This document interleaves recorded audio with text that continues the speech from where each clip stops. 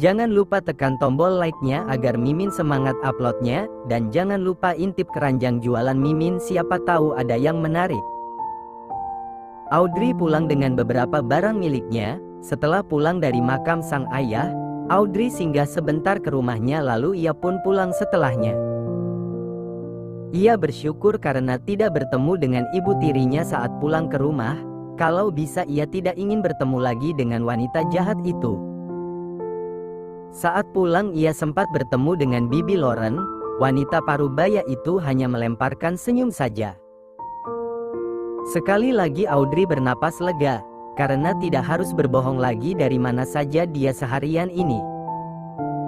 Gadis itu pun segera naik ke lantai atas menuju kamarnya bersama Byakta. Kamar yang sebenarnya kurang nyaman, karena pemiliknya yang dingin dan arogan tidak mau berbagi tempat tidur. Jadilah dia tidur di lantai beralaskan kasur tipis. Kalau bukan karena Bibi Lauren yang mengatur semuanya, ingin saja dia meminta kamar sendiri daripada harus berdua bersama laki-laki dingin itu. Setelah meletakkan benda yang ia bawa dari rumahnya tadi, Audrey bergegas untuk membersihkan diri.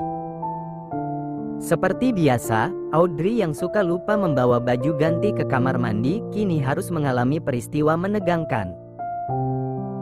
Dengan menggunakan handuk, Audrey menutup tubuhnya.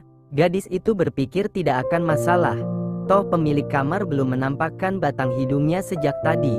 Ia berjalan santai keluar dari kamar mandi menuju lemari bajunya. Saat sedang memilih baju terdengar suara derap langkah mendekati pintu kamarnya. Audrey membelalakkan matanya. Itu pasti manusia es batu plus arogan itu, gumamnya dalam hati. Buru-buru ia menyambar bajunya asal dan ingin cepat kembali ke kamar mandi. Namun terlambat, pintu sudah terbuka dan Byakta pun masuk. Audrey mematung di tempatnya dengan baju ganti di tangannya untuk menutupi bagian dadanya yang setengah menyembul. Tidak berbeda dengan Audrey, Byakta yang baru masuk ke kamar sudah disuguhi pemandangan yang mendebarkan dada pun ikut diam mematung beberapa saat. Awalnya ia terkejut, tapi setelah sadar dengan penampilan Audrey, laki-laki itu menyeringai, otaknya pun bekerja langsung untuk menjahili gadis di depannya. Ia mulai melangkahkan kakinya mendekati Audrey, hingga jarak hampir habis Audrey sadar kalau dia dalam bahaya saat ini. Refleks dia juga ikut melangkah mundur. Tuan, saya akan kembali ke kamar mandi. Byakta yang iseng ingin menjahili gadis di hadapannya ini tidak menyurutkan langkahnya sama sekali. Ia terus melangkah hingga Audrey terpojok di dinding. Ada rasa senang menghampiri hatinya saat melihat wajah Audrey yang memerah karena ketakutan. Ia berniat balas dendam karena tidak bisa tidur tadi malam. Kau membuatku tidak tidur satu malaman, jadi rasakan pembalasanku, kata Byakta dalam hati. Audrey membuang muka ke samping saat satu tangan Byakta bertumpu pada dinding dan satu tangannya lagi mencoba menyusuri pipi hingga leher mulusnya. Jantungnya yang sudah tidak bisa berdetak normal membuat kaki Audrey seperti tidak bertulang. Kalau bukan karena tubuhnya yang bersandar di dinding, mungkin dia sudah merosot terduduk di lantai. Byakta yang awalnya hanya ingin mempermainkan Audrey, kini terjebak dengan permainannya sendiri. Rasa ingin lebih itu tiba-tiba menjalari hatinya. Sial. Kenapa dia jadi manis begini kalau ketakutan? Tubuhnya harum sekali, aku benar-benar menginginkannya. Namun semua terhenti saat Audrey mendorong sekuat tenaga tubuh besar Byakta lalu ia berlari kembali ke kamar mandi. Sedangkan Byakta yang baru sadar mengumpat kebodohannya yang sudah lepas kontrol di hadapan gadis itu, dan itu melukai harga dirinya yang membuat segala peraturan di dalam ketar perjanjian itu. Suasana kamar yang sudah dingin sejak awal, kini semakin bertambah dingin dan canggung setelah kejadian menegangkan sore tadi. Hingga waktu masih menunjukkan pukul 8 malam, Audrey sudah membentang kasur tipisnya dan pura-pura tidur di balik selimutnya. Sedangkan Byakta masih sibuk dengan berkas dan juga laptopnya entah mengerjakan apa. Padahal sudah bekerja seharian, tapi tetap saja tidak bisa beristirahat ketika berada di rumah. Satu hal yang Audrey tangkap dari seorang Byakta, bahwa laki-laki itu adalah tipe laki-laki pekerja keras. Audrey yang awalnya hanya ingin berpura-pura tidur, kini sudah terlelap di bawah selimut. Ia sudah tidak menyadari kapan Byakta selesai dengan pekerjaannya.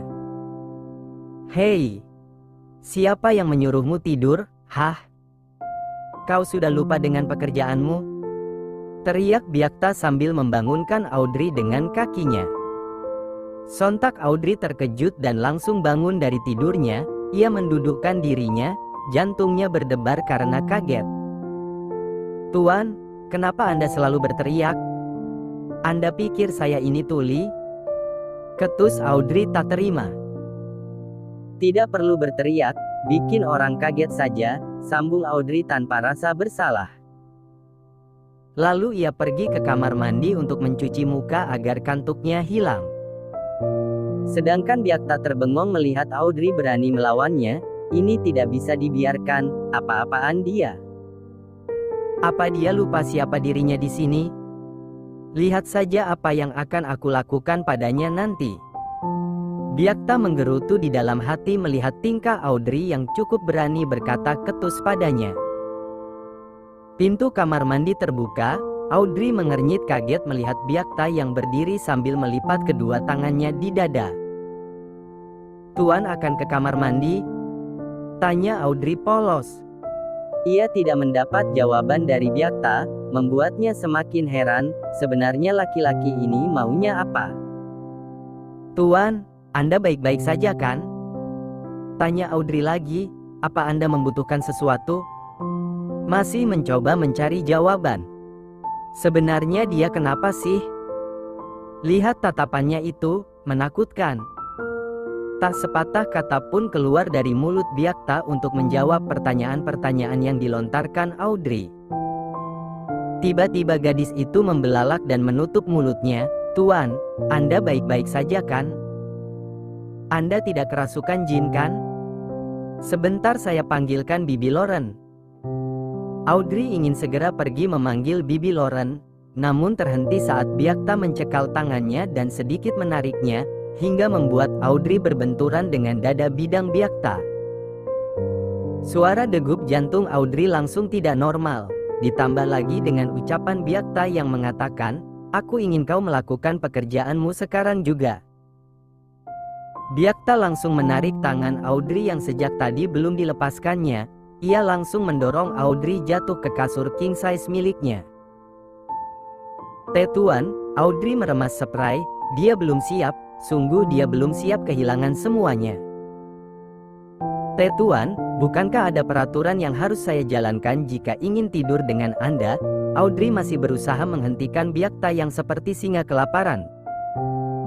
Ia mulai melakukan apa yang ada di dalam otak liarnya tanpa peduli dengan Audrey yang ketakutan karena perbuatannya. "Tuan, saya mohon beri saya waktu untuk bersiap, saya belum siap Tuan." Byakta seperti tuli, ia tidak mendengarkan semua yang dikatakan Audrey, ia terus melakukan apa yang dia mau. Kini keduanya sudah setengah proses. Hingga akhirnya gadis malang itu pasrah dengan semua yang dilakukan Byakta padanya. "Kakakmu masih perawan?" tanya Byakta terkejut, nafasnya tersengal di tengah kegiatannya. Ia tidak mendapat jawaban dari Audrey, tapi melihat gadis itu menahan sakit hingga menangis sudah membuat Byakta paham bahwa dugaannya benar. "Tak masalah, Tuan. Saya sudah mengikhlaskan semuanya, lakukan yang ingin Anda lakukan. Bukankah untuk ini Anda membayar saya?" Ada nada getir di setiap kalimat yang diucapkan Audrey. Mendengar kalimat Audrey, Byakta melanjutkan kegiatannya hingga tuntas. Bukan dia tak menangkap nada getir di setiap kalimat yang diucapkan Audrey, hanya saja rasa ingin lebih besar dari rasa kasihannya. Dia juga tidak tahu entah kenapa ia sangat ingin menyentuh Audrey. Ia sadar ini semata-mata bukan hanya karena ingin memiliki keturunan, namun ada perasaan di hatinya yang mendorong ia untuk melakukan ini. Setelah selesai dengan kegiatannya, Byakta memakai pakaiannya kembali dan langsung pergi meninggalkan Audrey yang masih terkulai lemas di kasur. Tidak peduli pukul berapa saat ini, Byakta menghubungi asistennya yaitu Bastian. Disinilah mereka saat ini, di ruang kerja Byakta. Baru saja ia menghajar Bastian dengan segala emosinya. "Sialan!" teriak Byakta. Ia benar-benar kesal dengan yang sudah terjadi. Kenapa jadi begini? Sekarang ia merasa sudah menjadi orang jahat yang merenggut kesucian seorang gadis dengan paksa. "Cih, ternyata kau lebih jahat dariku. Ingin sekali aku membunuhmu sekarang juga, sialan!" Sambung Byakta lagi. Nasib baik ruang kerja itu kedap suara, jadi sekuat apapun Byakta berteriak, tidak akan ada yang mendengarnya kecuali mereka berdua. "Katakan." Byakta menatap tajam Bastian yang sejak tadi hanya diam tidak memberi reaksi apapun, baik saat Byakta berteriak atau bahkan saat ia mendapatkan tendangan dan pukulan bertubi-tubi dari bos sekaligus sahabatnya itu. Di sini ia juga menyesali semuanya. Ia merasa bersalah pada gadis malang itu. Harusnya ia tidak membawa Audrey kepada Byakta, karena bosnya itu pernah mengatakan hanya ingin wanita yang gampang, suka uang dan juga tidak menuntut komitmen rumah tangga. Namun ia melakukan kesalahan karena egonya yang ingin pekerjaannya cepat selesai tanpa memikirkan nasib masa depan gadis itu sedikit pun. "Katakan, kenapa kau tidak mengatakan kalau dia benar-benar masih gadis? Katakan."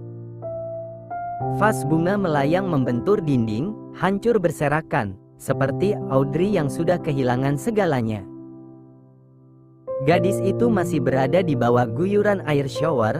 Air matanya terus mengalir bersama derasnya air yang membasahi seluruh tubuhnya. "Ayah, maafkan aku. Semua aku lakukan demi Ryan." Ia mengusap perutnya. Sekarang mungkin benih pria dingin itu sedang menjalani proses tumbuh dan berkembang di dalam rahimnya. Mungkin kalau benih itu berasal dari laki-laki yang dia cintai, ia akan menjerit bahagia ketika benih itu tumbuh di dalam rahimnya. Tapi ini, bahkan ia tidak diperbolehkan menyebutkan dirinya sebagai ibu dari anak yang dikandungnya. Semua itu tertulis jelas di dalam surat perjanjian yang diberikan Bastian waktu itu padanya. Pihak perempuan tidak berhak atas anak yang dilahirkannya, dan tidak boleh memperkenalkan diri bahwa ia adalah ibu kandungnya. Perih, sungguh perih saat takdir bertubi-tubi mempermainkan hidupnya. Ia yang lemah dan rapuh tak punya pilihan lain selain mempertaruhkan segalanya demi satu nyawa yang ia sebut adik. Lama ia menangis di bawah guyuran air itu. Rasa dingin sama sekali tak ia rasakan. Semuanya terkalahkan dengan ketidakberdayaannya. Di tempat lain, Bastian belum terlepas dari amukan Byakta. Rasa bersalah yang menyelimuti hatinya ia tumpahkan di tubuh Bastian yang hanya diam menerima semuanya. Tampak pelipis dan ujung bibirnya mengeluarkan darah. Namun sampai saat ini ia hanya diam tak bergeming sama sekali, membuat Byakta semakin membabi buta. "Bicara, sialan. Kenapa kau hanya diam?"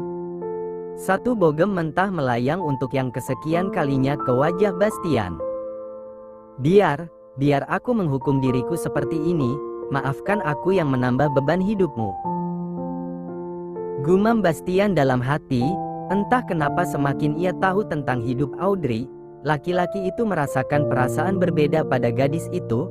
Tidak tahu kapan rasa itu ada, tapi Bastian yakin ini bukan sekedar rasa simpati semata. Sekali lagi Byakta melayangkan pukulan lagi, hingga ia sendiri yang terjatuh terduduk di lantai. Tenaganya habis untuk menghajar Bastian dengan penuh emosi.